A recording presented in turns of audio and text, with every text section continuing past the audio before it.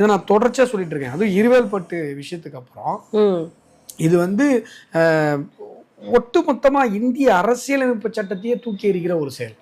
இந்திய அரசியலமைப்பு சட்டம் வந்து உலகத்துல பல அரசியலமைப்பு சட்டங்கள் இருந்தாலும் கூட நம்முடைய இந்திய அரசியலமைப்பு சட்டத்துடைய புகழ் ஏன் நிலைத்திருக்கிறது, ஏன் அண்ணல் அம்பேத்கருடைய புகழ் ஓங்கி நிற்கிறது அப்படின்னு சொன்னா, உலக அரங்குல அரசியலமைப்பு சட்டங்கள் மன்னருடைய அதிகாரத்துல இருந்தோ, இப்போ லண்டன் போனீங்கன்னா ராணியுடைய அதிகாரத்துல இருந்து இப்படிதான் ஆரம்பிக்கும், அதிகாரத்துல இருந்து ஆரம்பிக்கும்.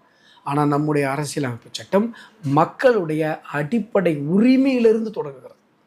மக்களுக்கு அடிப்படை உரிமைகள், அந்த அடிப்படை உரிமைகளை பாதுகாப்பதற்கு அரசாங்கம், சட்டமன்றம், நாடாளுமன்றம், அது குலைக்கப்பட்டால் தடுப்பதற்கு, கேள்வி எழுப்புவதற்கு நீதிமன்றங்கள், இப்படி இந்திய அரசியலமைப்பு சட்டத்தினுடைய அழகு இந்திய குடிமக்களினுடைய அடிப்படை உரிமைகளிலிருந்து அது தொடங்குது.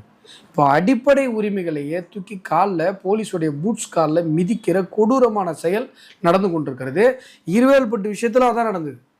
உங்க மினிஸ்டர் சட்டையில 2 சொட்டு சோறு போட்டுருச்சான் மினிஸ்டரா. இப்ப என்ன அவ்வளவு பேச்சு பேசுனீங்கல்ல, அதுக்கு வந்து காவல்துறை உள்ள பூந்து ஆண் காவலர்கள் பெண்ணை வந்து தொடக்கூடாத இடத்துல தொட்டு இடுப்பை பிடிச்சி அவங்க ஆடையை பிடிச்சி தர நடு ரோட்ல ஹைவேஸ்க்கு பக்கத்துல இருக்கு அந்த ஊர் இழுத்துட்டு போனாங்க. அதையும் இங்க இருக்கிற தமிழ் சமூகம் எல்லாரும் வேடிக்கை தான் பார்த்தாங்க, ஊடகங்கள் எல்லாம் வேடிக்கை தான். மிகப்பெரிய கொடூரம். இப்படியெல்லாம் நாளொரு மேனியும் பொழுதொரு வண்ணமுமாக நடந்து கொண்டே இருந்து கொண்டிருக்கிறது தமிழ்.